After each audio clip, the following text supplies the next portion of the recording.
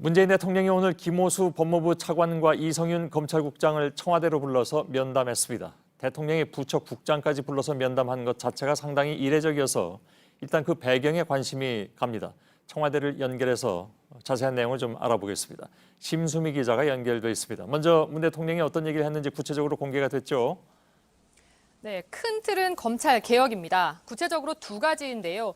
우선 조국 전 장관이 사퇴 전에 발표한 검찰 개혁안을 10월 안에 국무회의 의결까지 신속하게 모두 맞춰달라는 것이고요. 두 번째는 검찰에 대한 감찰을 강조했습니다. 감찰 기능의 실효성을 높이는 강력한 방안을 마련해서 대통령에게 직접 보고해달라는 겁니다. 오늘 면담은 약 50분간 진행이 됐는데 면담 일정 자체가 어제 결정된 걸로 전해졌습니다. 50분이라면 짧은 시간은 아닙니다. 참석자도 이례적이고 또 면담도 이렇게 긴급하게 결정이 됐다는 건데 그 배경, 그러니까 왜 이런 면담 자리를 만든 것이냐 혹시 취재가 됐습니까?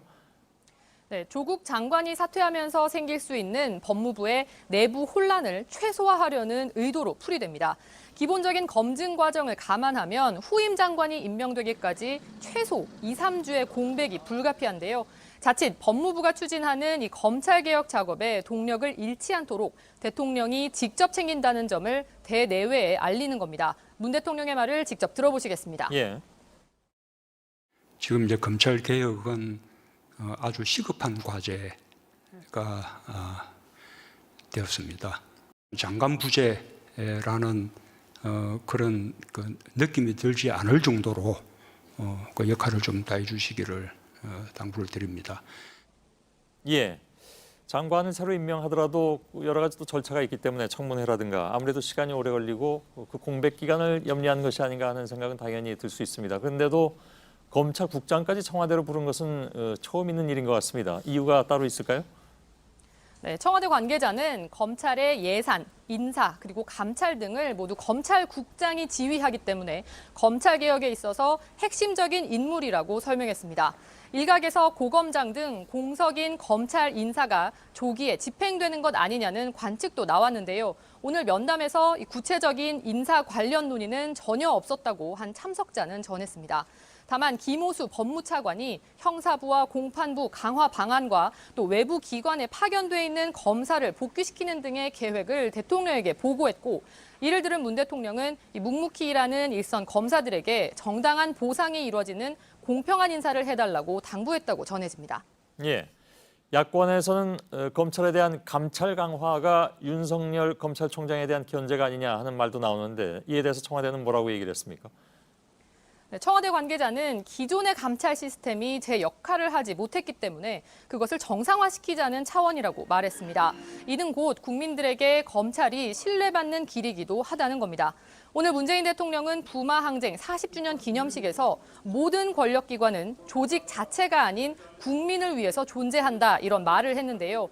문 대통령이 직접 강조해서 넣은 문장으로 검찰을 포함한 모든 권력기관이 보다 겸손하게 제 기능에 충실해야 한다는 의미를 담고 있다고 합니다. 청와대에서 심수미 기자였습니다. 검찰에 고소하거나 고발하면 검찰의 지휘부가 사건을 어떤 부서에 담당하게 할지를 결정하죠. 여러 형사부 중에 골라서 맡기거나 아니면 형사부에 있던 사건을 특수부로 다시 보내는 일도 있습니다. 사건을 배당하는 것인데 사건의 경중과 검사들을 고려해서 지휘부의 판단에 따라 이루어져 왔습니다. 법무부 검찰개혁위원회가 이렇게 임의로 배당하던 시스템을 전자배당으로 전환하는 방안을 논의하기로 했습니다. 이건 이른바 전관예우와도 연결되는 문제이기도 합니다. 신아람 기자입니다. 2013년 청와대 문건 사건과 2016년 국정농단 사건 당시 검찰은 고발 사건을 형사부에 맡겨 수사를 제대로 하지 않는다는 비판을 받았습니다. 수사력이 집중된 특수부에 맡기지 않고 형사부에 배당한 것이 수사에 대한 의지가 없다는 지적이 나왔습니다. 그동안 검찰에서 어떤 부서에 어떤 사건을 맡길지를 해당 검찰청의 지휘부가 정해왔습니다. 중요 사건의 경우 대검찰청과 직접 상의해 결정하기도 합니다. 특수부와 형사부로 갔는지는 중요도를 정하는 기준이었고, 검사가 어떤 사건을 배당받느냐에 따라 지휘부의 신임을 받고 있는지 또는 아닌지를 가늠했습니다. 특히 지휘부와 가까운 변호사가 선임되면 배당까지 조절할 수 있다는 시각도 많았습니다. 검찰 출신 전관예우에 대한 문제입니다. 법무부 검찰개혁위원회가 이런 배당 제도를 손보기로 했습니다. 고소고발 사건을 법원처럼 전자 시스템을 통해 자동 배당하는 방식을 논의하기로 한 겁니다. 개혁위의 한 인사는 최근 조국 전 장관 사건의 배당 문제도 이번 논의에 영향을 줬다고 밝혔습니다. 앞서 조 전 장관과 가족에 대한 고소고발 사건이 형사부에 배당됐지만 담당 주무부서가 특수부로 바뀐 뒤 검사들이 대거 투입되는 등 수사가 확대된 걸로 보고 있습니다. 다만 첩보를 직접 파악해 수사하는 직접수사부서에까지 전자배당을 도입할지는 논의가 더 필요하다는 입장입니다. JTBC 신아람입니다. 이런 가운데 검찰은 검찰 개혁을 중단 없이 추진하겠다는 뜻을 밝히면서 5번째 개혁안을 내놨습니다. 대검찰청의 인권위원회를 꾸려서 잘못된 수사 관행을 고쳐나가겠다는 것입니다. 앞으로 내부 감찰을 통해서 자정 능력을 키우겠다고도 했습니다. 박병현 기자입니다. 대검찰청이 5번째 검찰개혁 방안을 발표했습니다.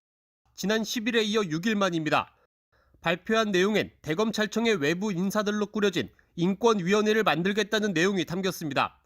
10여 명의 인권 전문가로 구성된 위원회를 만들어서 그동안 지적을 받아온 검찰 수사 관행에 대한 비판을 듣겠다는 취지입니다. 대검 관계자는 늦어도 11월 중 추진할 계획이라며 평소 검찰의 쓴소리를 아끼지 않은 전문가를 찾고 있다고 밝혔습니다.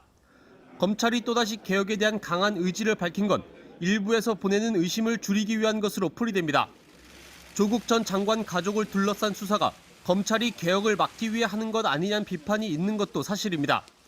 이에 대해 대검 관계자는 외부뿐만 아니라 검찰 내부 구성원에게도 우리의 개혁 의지가 확고하다는 걸 보여줄 것이라고 설명했습니다. 앞으로 내부 감찰을 통해 자정 능력을 키우겠다고도 밝혔습니다. JTBC 박병현입니다. 검찰 개혁안, 그중에서 특히 공수처 설치를 놓고 민주당과 한국당이 평행선을 달리고 있다는 얘기는 지난 며칠 동안 전해드렸습니다. 오늘 이 문제를 놓고 여야가 처음으로 만났습니다. 역시 극명하게 대립한 지점은 공수처였습니다. 김필중 기자입니다. 여야 교섭단체 3당 대표와 각 당의 검찰개혁 실무위원 3명은 원탁에 둘러앉았습니다. 이어 1시간 넘게 회의를 진행했지만 각 당의 입장에 대해서 각 당에서 이야기를 하기로 했고요. 서로의 입장 차이를 확인하는 데 대부분의 시간을 보냈습니다. 다만 검경 수사권 조정에 대해선 어느 정도 공감대를 확인하긴 했지만 고위공직자 범죄수사처, 공수처 문제에선 양보가 없었습니다. 공수처 설치가 불필요하다 이렇게 얘기하는 거는 우리는 도저히 이해할 수 없는 거죠.